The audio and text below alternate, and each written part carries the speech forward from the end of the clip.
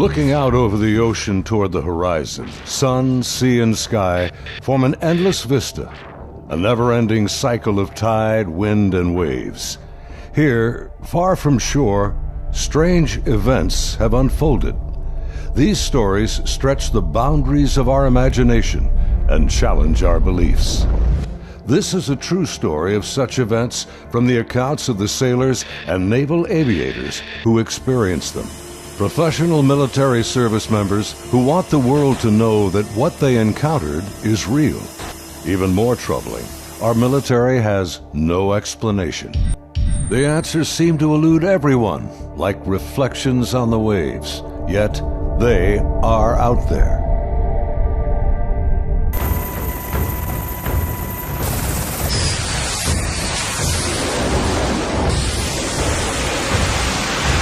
Sunday, November 14th, 2004, morning, 90 miles southeast of San Diego, California, in the Naval Operations Area, the NIMITZ Carrier Strike Group and her complement of warships and the aircraft of Air Wing 11 are conducting a routine 2-week training exercise.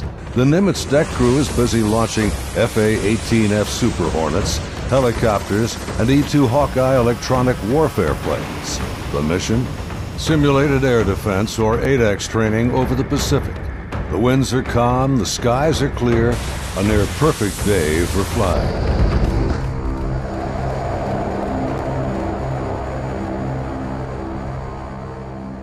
Nearby, the guided missile cruiser USS Princeton has been tracking unknown aircraft that appear and disappear from her sophisticated Aegis radar screens.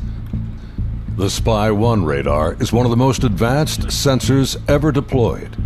Princeton's main role is air defense of the strike group. For the past few days, Senior Chief Kevin Day has noticed these peculiar craft appearing on his radar screen. In some cases, they seem to descend from space and then suddenly plunge to near sea level in seconds. Coupled with the unidentified nature of the craft and lack of clearance, these extreme flight observations are very troubling to the crew assigned to protect the carrier group from aerial threats. In this case, we were a little bit southwest of San Diego, usually about 60, 70 miles off the coast. I don't know exactly where it was at that day. And we were getting ready to do an air defense exercise. On this morning, pilot David Fravor of the VFA-41 Black Aces Fighter Squadron and his wingmen prepared a launch from Nimitz for the air defense training exercises. As they launch their FA-18s, they have no knowledge of the events happening nearby. In this event, we rendezvous at the cap, so we're going to come off the aircraft carrier, we're going to climb up to 20,000 feet. We're going to go to our point about 40 miles south, and we're going to hold, wait for the other airplane. Dave's 2-seater Super Hornet is Fast Eagle, and his wingman's jet is Fast Eagle 100. Commander Fravor leads the Black Aces and has over a decade in the air wing, but his wingman for the day is a new pilot, a young officer on her first carrier deployment. She's paired with Lieutenant Commander Jim Clean Slate, her backseat weapons systems officer, for the mission. Jim will manage navigation and the advanced radar and targeting pods on the aircraft.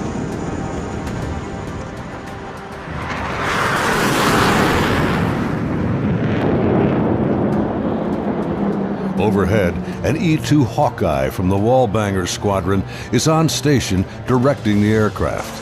Banger provides eye-in-the-sky command and control during carrier flight operations. Back in the Combat Information Center on Princeton, the mysterious objects are back. And today is the first time Senior Chief Day has jets in the air that can intercept the mysterious aircraft. Day briefs the captain, and they agree to send the Hornets. The Air Intercept Controller aboard Princeton, call sign Charlie, radios the Hawkeye and takes control of Fast Eagle. Banger, Charlie, over. Charlie, this is Banger, go ahead, over. Banger, Charlie, do you hold unknown air contact, blah, 270, 48, 28,000 feet, bogey, over. Charlie, Banger, negative, radar picture's clean. The E-2 radar operators have been frustrated in their attempts to get a radar return on the unknown aerial target that Princeton is tracking. Even with their 24-foot radar dish, they can't get a lock on the object. Banger Charlie, transfer Fast Eagle flight to Charlie Control, button 13. We have a real tasking for them, over. Charlie, Banger, roger. Taking Fast Eagle to Charlie Control, button 13. Fast Eagle Charlie, stand by for real tasking. Charlie, Fast Eagle, roger. Send it. Contact Bra 27041. 20,000 feet. Bogey. Snap. 270, over. Roger, bearing 270, 41 miles. As we start tracking out to the west, they're calling, hey, 30 miles, and they're giving us it's called a broad bearing range and altitude. So they're saying, hey, contact is 270, 30, 20,000. 100, go trail. 00. Say state. State 12,000 pounds. Clean, do you have it? I'm trying to get a track on it now. They said link 16, but my radar picture is clean. The next radio call takes everyone by surprise. Fast Eagle 110, say loadout. 110, what's your weapons loadout? Wings clean, Princeton. We just have CADAM training missiles, and they're not coming off the rail. Now the controllers have the pilot's undivided attention. Normally, the squadron doesn't carry live ordnance when training. What do you guys think that was about? What, about the loadout? I have no idea. Maybe it's drug runners or something. Yeah, it could be. Or a lost assassin out of SoCal. I don't like this. Fast Eagle Charlie, contact Bra 16034, 8,000 feet. Bogey, over.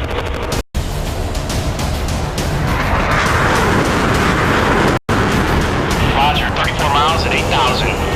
Committed, your call. Continuing, over. As Fast Eagle approaches the target, they see nothing unusual. Onboard radars show a blank screen. Fast Eagle Charlie, Bra 160, 10, 8,000 feet. Over. Roger.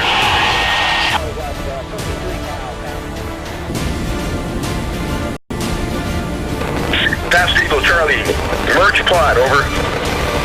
So they get to a point where they call merge plot, which means the contact that we're trying to see and us are inside the resolution cell of the radar, which means they can't discern the two of us. They just see one blob.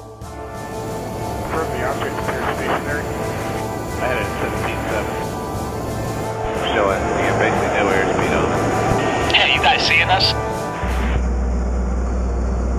What is that?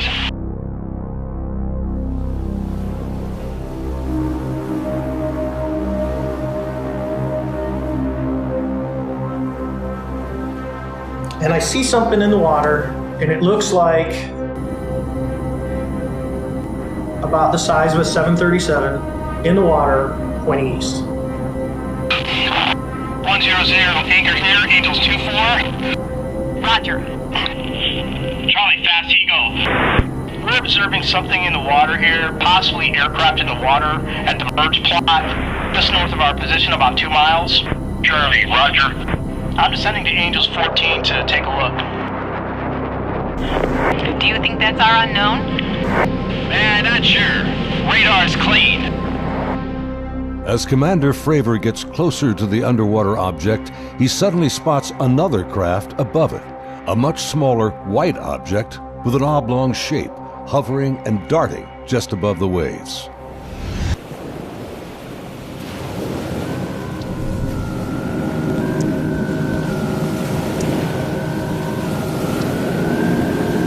So it would be on the right-hand side of the airplane, just forward of the wing line, is this little white, which looks like a Tic Tac, which is why we call it the Tic Tac, and it's moving around erratically, so it's doing this.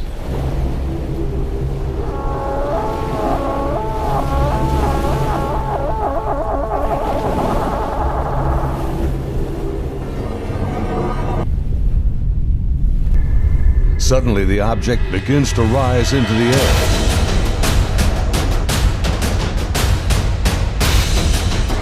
Hey, this thing just turned on my nose. It's coming up.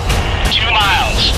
The strange craft begins mirroring the turn rate of Fast Eagle. Hollywood bogey, 287, 2 miles, Angels 5. We're coming down and it starts coming up. So it's going towards 9 o'clock, we're going towards 3 o'clock. It's starting hard, 3,000 meters.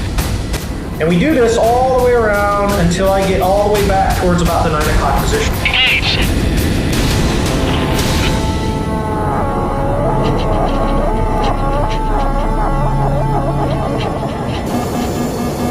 Commander Fravor is now about a mile away as he maneuvers his Hornet to get behind the unknown craft. It's about the size of an F-18, so, 40-some feet long. It has no wings.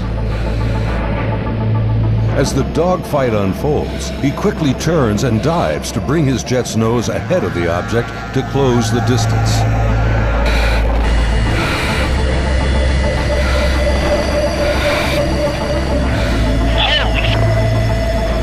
It jumped. 1,000 meters, he's...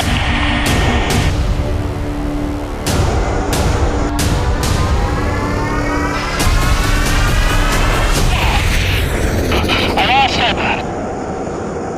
Tony, you see it? Suddenly, the tic-tac rockets past. It's gone beyond the horizon in the blink of an eye. It literally is 1 minute it's there, and the next minute it's like poof, and it's gone. I saw it go 137. No tally. That didn't just happen.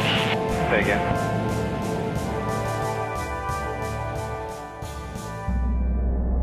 The video you are now watching is the actual gun camera FLIR footage of the Tic Tac taken by a later flight. This is the first video ever released by the U.S. government showing military planes engaging UFOs. The advanced targeting pod, known as ATFLIR, works in both TV mode and infrared mode. The film reveals no control surfaces, no exhaust plume, a uniform heat signature, and no visible means of propulsion. Commander Fravor also saw a much higher resolution FLIR film on board the carrier, which showed 2 L-shaped antenna-like objects protruding from the bottom of the craft. During these intercepts, Senior Chief Kevin Day reported numerous pilots encountered the Tic Tac UFOs, and at one point, he reports the sky was raining UFOs as they dropped from 28,000 feet to the sea. So we start going back to the cap, and the Princeton controller calls us up, and he says, hey, I'll never forget it. He goes, sir, Sir, you're not going to believe this, but the bogey is now back at your cap station, over. Dude, this is a fucking drone, bro. There's a whole fleet of them. Look on the ASA. My God. Just 11 years later, fighter jets from USS Roosevelt filmed this anomalous object off the coast of Florida in 2015. Well, if there's like that thing, it's rotating. Like the Nimitz encounter, they too were conducting routine training when fleets of UFOs were encountered by the pilots. The Nimitz encounters remained cloaked secrecy for over 13 years. The first-hand testimony about UFO sightings is practically unheard of from military service members. Thanks to the brave and honest accounts of the sailors and naval aviators who have come forward to relate their experiences, and of the remarkable videos they filmed that day, the silence has been broken. If you or someone you know has witnessed unknown objects from military ships or planes, please contact us at the address on your screen. You can remain anonymous. As we strive to understand these encounters and come to terms with what they mean, there's something far beyond the horizon and the limits of our comprehension waiting for all of us.